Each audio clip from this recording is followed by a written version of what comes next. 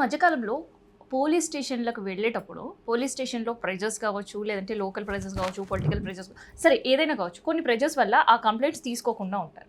So అప్పుడు ఆ victim ఏం చేయాలి, ఎక్కడ వెళ్ళి కంప్లైంట్ పెట్టాలి అనేది మాట్లాడదాం. ప్రజెంట్ మనతోటి స్టూడియోలో advocate, analyst, social activist Ushasri గారు. నమస్తే అండి. అలా అనకూడదు కావ్య, మేము అడ్వకేట్లు. ఇప్పుడు దానికి ఒక ఎగ్జాంపుల్ చెప్తాను నేను. బండి సంజయ్ గారి కొడుకు కేసులో, బండి భగీరథ్ కేసులో, అక్కడ victim mother she told same thing. She sat at the police station 4 to 5 hours.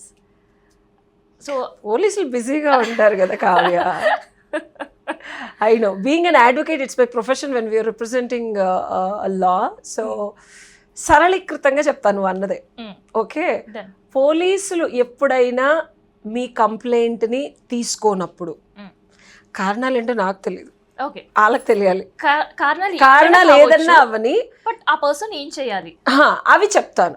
అవి ఏం చేయాలో చెప్తాను. ఓకే, ఏ ఏ సందర్భాల్లో మీ కంప్లైంట్ తీసుకోకుండా ఉంటారు అనేది యూజువల్గా క్లయింట్స్కి తెలీదు.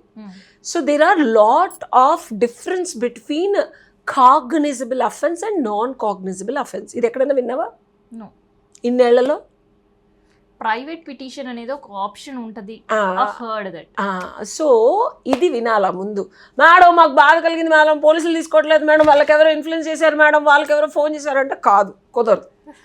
అసలు జరిగిన అఫెన్స్ ఏంటి, ఎక్కడ జరిగింది, ఎలా జరిగింది, ఎందుకు జరిగింది అనేది మనకన్నా పోలీస్ వారికి ట్రైనింగ్ ఎక్కువ ఉంటుంది. So non cognisable offences complaint తీసుకోరు, తెలుసుకోవాలి. ఇది కావాలంటే యూజ్ చేయండి మీ బుర్రని, చాట్ జీపీటీని. ఓకే, ఇక్కడ మాత్రమే conditions apply. So non cognisable offences అనేది డెఫినెట్గా మనం ప్రైవేట్ పిటిషన్కి వెళ్ళాలి. మెజిస్ట్రేట్ గారి ముందు ఒక ప్రైవేట్ కంప్లైంట్ని రేజ్ చేస్తూ, మనకున్న గ్రీవియన్స్ని ఎవిడెన్స్ల ద్వారా అటాచ్ చేస్తూ మెజిస్ట్రేట్ గారిని పరిగణలోకి తీసుకోకమని చెప్తే అప్పుడు నాన్ కాగ్నిజబుల్ అఫెన్సెస్ అనేది మెజిస్ట్రేట్ ద్వారా ప్రైవేట్ కంప్లైంట్ ద్వారా రిజిస్టర్ చేయొచ్చు. సో నాన్ కాగ్నిజబుల్ అఫెన్సెస్లో పోలీసు వారు ఎఫ్ఐఆర్లు ఫైల్ చేయరు. ఇది మాత్రం తెలుసుకోండి పురజనులకి. ఇది ఒక మంచి విఘ్నతతో కూడిన ఇన్ఫర్మేషన్. ఊరికి పోలీసుల్ని, అంటే నేను ఆ కేసు గురించి నాకు ఎక్స్క్లూజివ్గా, సో మీరు చెప్పింది కూడా జరుగుతూ ఉంటుంది, చాలా సందర్భాల్లో 100% జరుగుతుంది.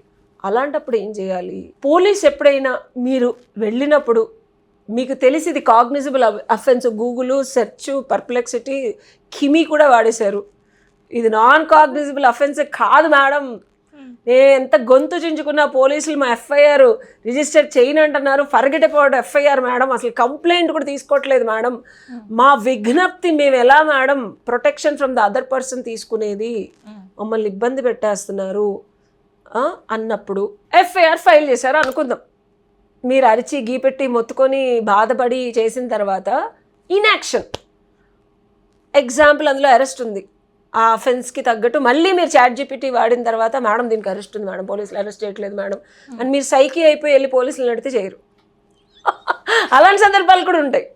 ఇదేంటి అసలు నాకు ఇంత అన్యాయం జరిగింది, ఇది కాగ్నిజబుల్ అఫెన్స్ మేడం, దీనికి అసలు 7 years కన్నా ఎక్కువ చచ్చినట్టు అసలు అరెస్ట్ చేసి ముందు జైల్లో ఉండాలి మేడం అన్నప్పుడు కూడా పోలీసులు చేయట్లేదు అనుకో, అప్పుడు కూడా మనం ప్రైవేట్ కంప్లైంట్. ఈ 2 సందర్భాల్లో ప్రైవేట్ కంప్లైంట్. పోలీస్ ఎప్పుడైతే మీ కంప్లైంట్, మీ విజ్ఞప్తి, విన్నపాన్ని తీసుకున్నప్పుడు, తీసుకున్న తర్వాత కూడా వాళ్ళు కనుక ఇన్యాక్షన్ చూపిస్తున్నప్పుడు, దీనివల్ల ఏమవుద్ది మేడం, ప్రైవేట్ కంప్లైంట్ ఎలా మూవ్ చేయాలి?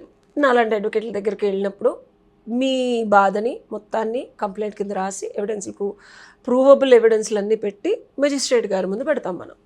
మెజిస్ట్రేట్ గారు అన్ని పరిగణలోకి తీసుకొని, నాయనలారా దీన్ని ఎఫ్ఐఆర్ కట్టాల్సిన సందర్భాలు ఈ పరిస్థితుల్లో ఉన్నాయి కాబట్టి మీరు జాగ్రత్తగా పద్ధతిగా ఇవన్నీ పరిగణలోకి తీసుకొని ఎవిడెన్స్ని మీ విధి విధానాన్ని పూర్తిగా నిర్వర్తించాలని చెప్పి మెజిస్ట్రేట్ గారు కోరుతారు. అప్పుడు తగు విధమైన ఎఫ్ఐఆర్ కట్టాల్సిన భవిష్యత్తు మీకు కావాల్సినట్టు, అంటే మీరు ఏదైతే చాట్ జీపీటీలో చూసారో అలా వాళ్ళు ఎఫ్ఐఆర్ కట్టమని ఉత్తర్వులు జారీ చేస్తారు. మేడం ఇలా చేసినా సరే పోలీసులు ఎఫ్ఐఆర్లు కట్టరా అంటే లేదు, కడతారు. ఎట్టి పరిస్థితుల్లోనూ వాళ్ళు కనుక కట్టకపోతే కంటెంప్ట్ ఆఫ్ కోర్ట్ అవుతుంది కాబట్టి కడతారు. బట్ కొన్ని సందర్భాల్లో ఏమవుతుందంటే సివిల్ కేసుల్లో పోలీసులు ఎఫ్ఐఆర్లు కట్టరు. ఇంటర్ఫియరెన్స్ సివిల్ ఇన్ నేచర్ కేసెస్లో కట్టరు. కానీ ఇన్ కేస్ వాళ్ళు అందులో ఇన్వాల్వ్ అయితే మళ్ళీ ఏం చేయాలి? అది హ్యావ్ టు థింక్. అంటే నేను మళ్ళీ చెప్తున్నానండి, పాపం పోలీస్ వారికి అనుకుంటాం కానీ, అంటే నేను ఒక వ్యక్తినే ఇందులో, అందుకే నేను లా చదివా 9 ఏళ్ల క్రితం. కానీ నాకు అర్థమైంది ఏంటంటే, when we're going ahead with when you're practising, వాళ్ళ ఆబ్లిగేషన్స్ వాళ్ళకు ఉంటాయి. ఇప్పుడు మనం ఎలాగా, ఇప్పుడు మీరు యాంకరింగ్ చేస్తున్నారు, నేను ఈ వృత్తి చేస్తున్నాను, నాకు ఆబ్లిగేషన్స్ ఎట్లా ఉంటాయో ఆ గవర్నమెంట్ సర్కార్ వారి నుంచి, మినిస్టర్ల నుంచి ఉంటుంది, హోమ్ డిపార్ట్మెంట్ నుంచి ఉంటుంది, సో ఉంటుంది. అలాంటి సందర్భాల్లో సెన్సిటివ్ అర్జెంట్ మ్యాటర్స్ ఉంటాయి, లైక్ డివిసి కేసులు కానీ ఇట్లాగా ఇలాంటి మ్యాటర్స్లో కూడా వాళ్ళకు ఒకసారి కట్టరు. అంటే వాళ్ళకి ఆ ప్రెషర్ అనేది ఆర్ వాట్ ఎవర్ మీరు చెప్పిందే ఒప్పుకుంటున్నా నేను. అలాంటి సందర్భాల్లో మేడం సివిల్ ఇన్ నేచర్ కూడా వెళ్ళండి మేడం, క్రిమినల్ అఫెన్స్ చేసేసి ఎఫ్ఐఆర్లు కట్టేస్తున్నారు మేడం అంటారు మీలాంటి వాళ్ళే. మేము ఎక్కడ కట్టామండి, క్రిమినల్ అఫెన్స్ జరిగింది అంటారు వాళ్ళు. సో ఇది లాలో ఉన్న ఒక అప్రమత్తమైన లొసుగు. అది అప్లికేషన్ ఆఫ్ లా తెలిసిన వాళ్ళు తమ్మి చేయొచ్చు. కాబట్టి ఆ ప్రాసెస్లో కూడా మీరు హైకోర్టు వారిని రిట్ పిటిషన్స్ ద్వారా వినయ విధేత రామాలాగా ఒక చిన్న రిట్ వేసుకోవచ్చు. సార్ నాది సివిల్ లిటిగేషన్ సార్, పోలీస్ వారి ఇన్ఫ్రింజ్మెంట్ వచ్చారు, ఇందులోకి ఇన్వాల్వ్మెంట్ అవసరం లేకుండా క్రిమినల్ లాగా చేసి నా మీద ఎఫ్ఐఆర్ కట్టారు సార్ అంటే, అలా రీసెంట్గా నేను ఇందాక మీకు చెప్పాను కదా 1 వీక్లో నేను ఆర్డర్ కాపీ తీసుకొచ్చానని. సో పోలీసు వారిని హైకోర్టులో మనకు అపోజిషన్ పోలీసు వాళ్ళు కూడా వస్తారు, వాళ్ళు కేసు చదువుతారు, జడ్జి గారు అన్నీ చూసి నిజంగా ఇది సివిల్ ఇన్ నేచర్ అండి బాబు, పోలీసులు మీరు ఇందులో ఇన్వాల్వ్ అవ్వకండి, ఒకవేళ ఎఫ్ఐఆర్లు కట్టుంటే వాళ్ళు మీకు సపోర్ట్ చేస్తారు, విధానంగా మీ ఉద్యోగాన్ని మీ బాధ్యతను మీరు చేయండి, కానీ ఇది సివిల్ లిటిగేషన్లో పోలీసులు ఇన్ఫ్లుయెన్స్ అవ్వద్దని చెప్పి నేనే రిట్ పిటిషన్ ఆర్డర్ కాపీ తీసుకొచ్చాను. ఓకే, సో అది ఒక సబ్జెక్టివ్, మళ్ళీ చెప్తున్నా సబ్జెక్టివ్ ఫెనామినా. అంటే మీ దగ్గర నిజంగా ఆ ప్రూఫ్లు సివిల్ ఇన్ నేచర్ అయి ఉండాలి. మీరు క్రిమినల్ అఫెన్స్ చేసి మేడం ఇది సివిల్ ఇన్ నేచర్ అని చెప్తే నేను అసలు అట్లాంటి కేసులు తీసుకోను. అంటే ప్రాపర్ సివిల్ ఇన్ నేచర్ కేసులు అయి ఉండాలి. It can be land litigations, it can also be money transactions. So these are all civil in nature. So money ట్రాన్సాక్షన్స్లో మళ్ళీ 100 రకాలు ఉంటాయి. కోహిజన్, కాంట్రాక్టు, ఇందాక మీరు చెప్పినట్టు 2 వ్యక్తుల మధ్యలో సివిల్ డిస్ప్యూట్ వచ్చిన తర్వాత అగ్రిమెంట్లు ఒకరి పేరు మీద ఉంటాయి, రియాలిటీ డాక్యుమెంట్స్ ఇంకొకరి పేరు మీద ఉంటాయి, ఫిజికల్ పొజిషన్లు ఇంకొకళ్ళు ఉంటారు, ఏమన్నంటే వీళ్ళు మాకు అగ్రిమెంట్ రాసిచ్చామంటారు. సో ఇవన్నీ మనం చూసుకోవాలి. చూసుకున్న తర్వాత 100% మనం కోర్టు, ఎప్పుడు అందరూ అనుకుంటారు ఇండియాలో కోర్టులు అసలు ఏం చేయవు, అసలు ఏం పని చేయవు, పోలీసులు మా కేసులు పట్టించుకోవట్లేదు, ఎఫ్ఐఆర్లు చేయట్లేదు, కాదు. మీ ఫీలింగ్స్, మీ ఎమోషన్స్, మీకు జరిగిన అన్యాయం అని మీరు అనుకోవటం కాదు.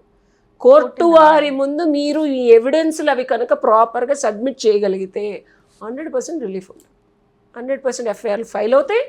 100% కోర్టు వారి నుంచి మెజిస్ట్రేట్ గారు ఎఫ్ఐఆర్ ఫైల్ చేయమని పోలీసులకి ఉత్తర్వులు జారీ చేస్తారు. ఎఫ్ఐఆర్లు ఫైల్ అవుతాయి, అరెస్టులు చేయాలంటే చేస్తారు. రాసుకోండి.